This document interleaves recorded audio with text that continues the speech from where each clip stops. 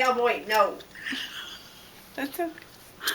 Remember to give me a warning at like 5 minutes or Yeah. 4. Just tell her when 1 minute's up each time. Yeah, Oh, that just was a go good one. thing too.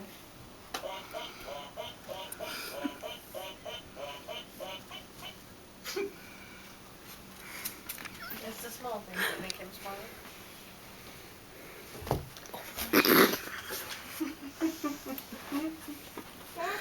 Okay, everybody, calm yourselves down.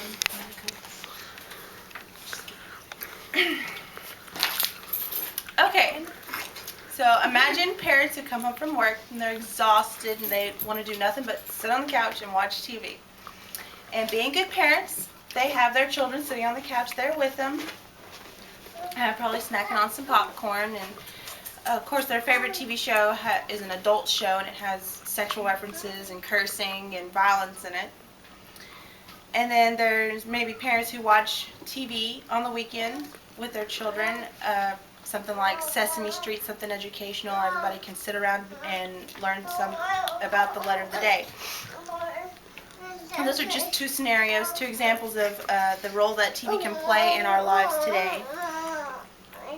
And TV has become an essential part of our daily lives.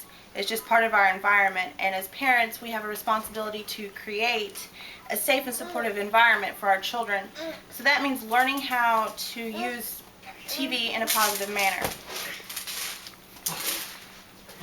So I myself, I have a 2-year-old, and I was flooded with advice on how good TV was, how bad it was, and how it kind of neutral. So I have experimented in a lot of ways, and I've seen that TV can have both positive and negative effects. Carly is able to repeat the good words just as well as the bad ones. So today we're going to discuss the positive and negative effects that TV can have on our children and how to limit the negative effects while reaping the benefits of TV.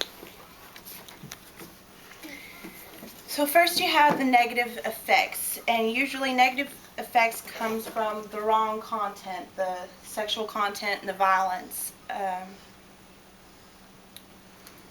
According to the Journal for the Future of Children, early exposure to violent and non-educational television led to later symptoms of attention deficit and decreases in self-regulation. So just watching those adult television shows actually caused some attention deficit in children. And then there's effects that just having too much of any kind of TV can have, because TV is an activity where children don't move around much, and so they're not getting enough exercise, or maybe too little imaginative play, which is very important for younger children, because imaginative play is a way that they learn. According to the University of Michigan, 51% of households have the TV on most of the time. That's over half of our houses always have the TV on, and that's too much TV. But TV can be positive too, with educational shows like Sesame Street. Children can learn vocabulary and letters and numbers just from watching and participating in the shows. And TV can also give parents a little bit of downtime, a little quiet time. Maybe they need to study for a test, or they need to clean the house before company gets there. TV can provide them a moment of peace, just as long as you don't let that happen a little too much. So just once you're aware of the positive and negative effects that TV can have, you can learn to manage your television to reap the positive benefits. Now, according to the University of Michigan Health website, there are many things that you can do to manage TV, such as setting rules and limiting the amount of time you watch TV, turning it off during meals, teaching your kids to be media savvy, and choosing developmentally appropriate programs for your kids, which is where the TV ratings come in. You can get a V-chip in your TV where you can see the ratings for any show, Y for all children, or Y7 for children age 7 and older. A lot of different settings for different age groups. And then you can also just use creative alternatives and set a good example, like turning off the TV every once in a while and reading a book.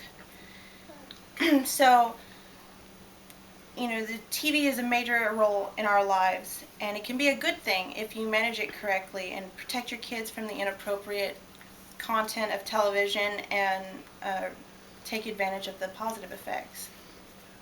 So I hope that maybe you've learned some useful information today that you can take home and use with your children and your family's relationship with television. Mom.